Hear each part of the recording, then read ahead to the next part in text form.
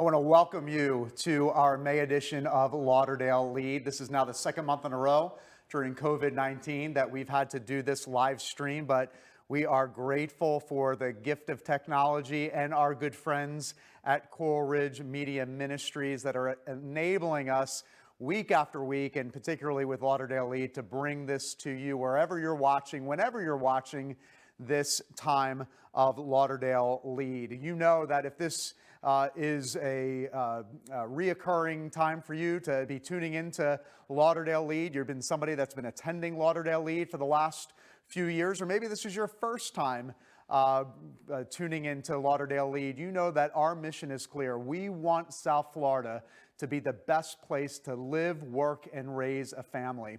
So we want to help you, particularly in this season, during these difficult times that we are faced with as leaders. How can we apply real, practical principles right away to our lives and to the businesses and people that we lead?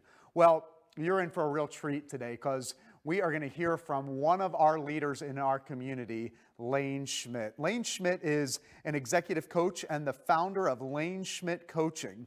Having worked with hundreds of clients nationwide and pioneering the Business Lab networking community, Laine and her team of professional coaches understand the fundamentals of culture and strategy. When she's not coaching, Laine is the host of the Business Lab podcast.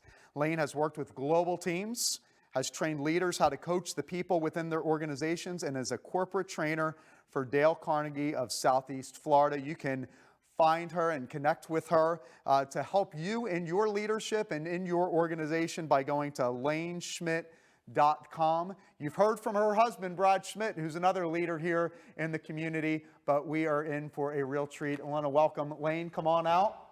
Laine, thanks for joining us today and being with our Lauderdale Lead community as they are tuning in. And Laine is going to be talking about leading through COVID. So Laine, take it away. All right, glad to be here. Thanks, Rob. A brand spanking new study from a company named Ginger, which is a startup out of MIT. They work in the mental health space, just did a study. Their findings are shocking and concerning. They found that 7 out of 10 employees claim the coronavirus pandemic is the most stressful time of their professional career. Among those reporting stress, approximately 80% lost up to 2 hours a day due to COVID-19 related stress. Are you or the people that you work with experiencing the same things? You and your company are 2 months in to what is probably the most precarious season of business you have ever seen. Right now, professionals across the world are stressed more now than ever, and it is greatly affecting their ability to work. Our coaching team has a unique perspective. We work with both the leaders and the support staff.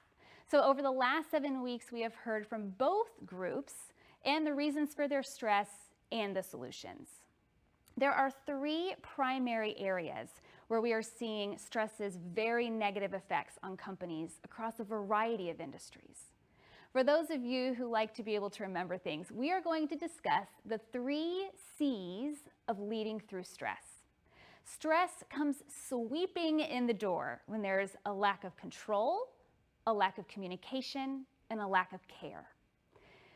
A few weeks ago, I had back-to-back sessions with 2 different business owners. They're small businesses, under 30 employees. Both of them, though, came with the same issue. They said, I just don't know what to do.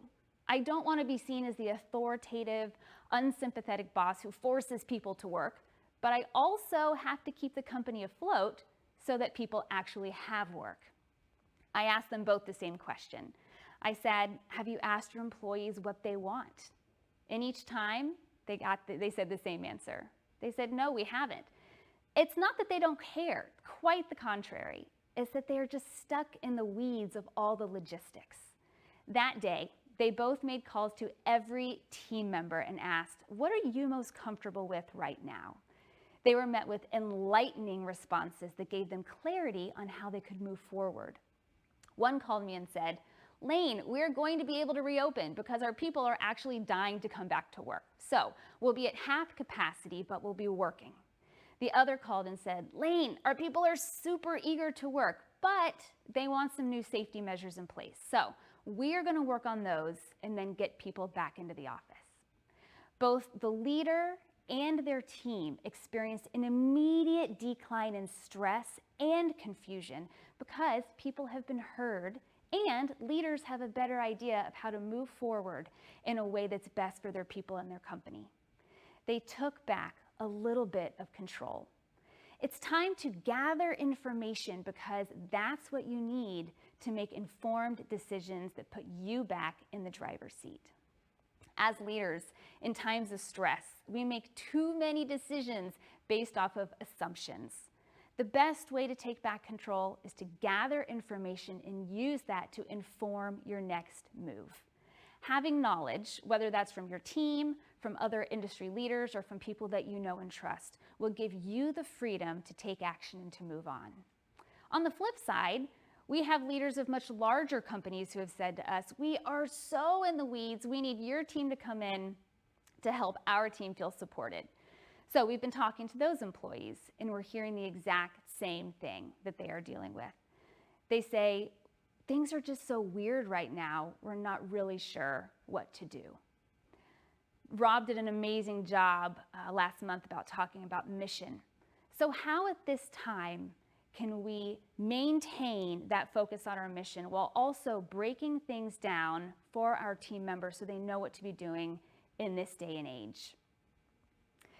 It's amazing how much those smaller goals will really help your people. There's a great example of a company we work with, and they are a sales company. And pre-COVID, they were really focused on new networking strategies, which was great. You could gather, you could meet new people, but now things have changed and you can't do that.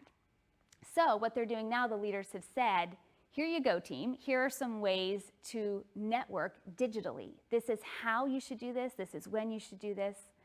And now their team knows what to do. Their team now feels a better sense of control. By giving your team relevant steps to take, they'll feel control. They will feel focused, productive, and confident. Give yourself more control by using information to inform your decisions, and give your team more control by giving them clear, actionable steps to take. In 1997, the Washington Capitals were one of the hottest hockey teams on the ice, skating their way to the Stanley Cup Finals. By the fall, though, of 1999, they had slipped to the brink of disaster with one of the worst records in the NHL. Just before Christmas, the team embarked on a late-night 7-hour flight from Vancouver, and they did what they typically do on a flight of that duration. They popped in a video to pass the time, to unwind, to lick their wounds. That's when the unexpected happened. The VCR froze. As the plane winged its way through the evening sky, one by one, the players broke the ice and started talking with each other. They talked strategy, obstacles, key plays. Out of necessity, they rediscovered the ancient art of conversation. By the time the plane touched down, the Capitals had picked apart their game and knew what needed to be done. In the weeks that followed, they became virtually unstoppable, going on an 11-game winning streak, all because the VCR broke. And that, my friends, is what has happened to us. Our VCRs are broken. This is the ideal time to talk with each other.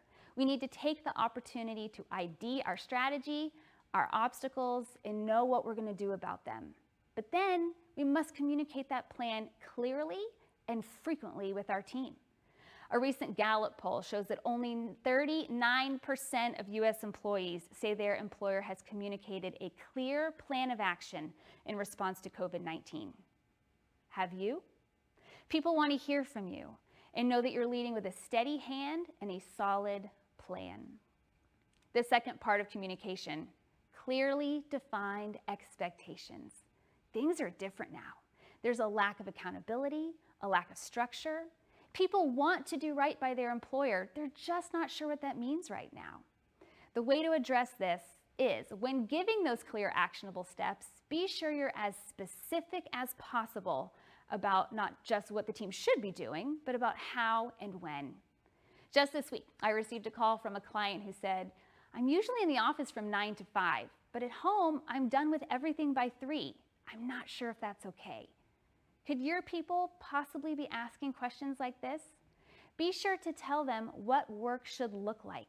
This will keep quality, productivity, and morale high. The third aspect of communication, communicating with grace. We always want our plans to be cushioned with grace, now more than ever. Many of the people on your team wore 2 or 3 hats before this. Now they're probably wearing 4 or 5. Our tone, our verbiage, and our availability needs to say, we see you, we hear you, we understand. Truett Cathy is known to say, putting people before profits is how we have operated from the beginning. And we know how that's worked out for him. If this isn't how you've operated in the past, start now. Which leads us to our final element. The last component your team needs during this time is care. I was recently on a team coaching call with a group of educators. These people have been on Zoom calls all day long with dozens of students and parents. I almost felt guilty asking them to do another Zoom session. At the end of our time, the collective feedback was, can we please do more of this? It's been so good to see each other and to hear each other. What opportunities does your team have to connect? Humans are made for this. We aren't just made to complete to-do lists, but to be inspired by one another. Let's give them a chance to do so. Some examples of how leaders are doing this: some are having small mastermind groups for people to cross-pollinate ideas, daily huddles that always start with good news reports, virtual team happy hours, or one-on-one mentor programs to be sure everyone has someone. But it's not just about our team. It's also about caring for our clients and our customers. A question many organizations are asking right now is, how can we add value? Who do you serve, and what do they need right now? In the light of this current climate, it's a complete mind shift from how do we gain more customers to how do we serve the ones we have. Focus in on the people who have already put their trust in you and double down on serving them well. This is the moment to go above and beyond and address the needs of our customers. What does that look like for you? When we do this, something else happens. It defines our brand. Now, this can go either way. How do you want people to speak of your company moving forward? We hear stories of Estee Lauder and Old Fourth Distillery turning their plants into hand sanitizer manufacturing centers, or Crocs, their Share a Pair program where they're donating Crocs to medical professionals for every pair that's purchased. You don't have to be a behemoth company to do this. Local businesses, such as Westminster grad Heather Holt Photo, has been doing porch portraits for her customers and donating profits to pay for meals for hospital workers. Or Sip and Sparkle, a company that hosts parties for kids, have been delivering pre-packaged birthday boxes for kids on their birthday in quarantine. These companies are asking themselves, what do our customers need and how can we help? They are marrying generosity with innovation. What might that look like for your organization? If you're going to walk away with anything today, let it be this. As leaders, we need to be giving people a sense of control, communicating well, and caring for the teams and the people those teams serve. When we do this, our organizations will thrive in times of crisis. Thank you for having me today. I'm happy to welcome back Rob. Laine, thank you so much for that great and timely reminder. Just a reminder for you all, if you would like to find out more about Laine and what she does in the area of strategy and coaching, please go to laineschmidt.com today. Pass off her information to maybe a friend or another colleague. Also, this talk has been recorded and will be available on our YouTube page, the Coral Ridge Presbyterian Church YouTube page. You can go there immediately following this live stream. So if you know somebody that needs to hear a good reminder during this difficult time, please pass off this timely talk from Laine. You know, we always talk here at Lauderdale Lead about the importance of being a healthy leader. If we want a healthy community, we need healthy organizations. If we want healthy organizations, we need healthy leaders. So we here at Lauderdale Lead want to come alongside of you. If there's anything we can do for you as a leader or for your organization, please do not hesitate to reach out to me or to our Lauderdale Lead team. We will be coming to you again live next month, Thursday, June 18th at 12 p.m. Same live stream channel at crpc.tv.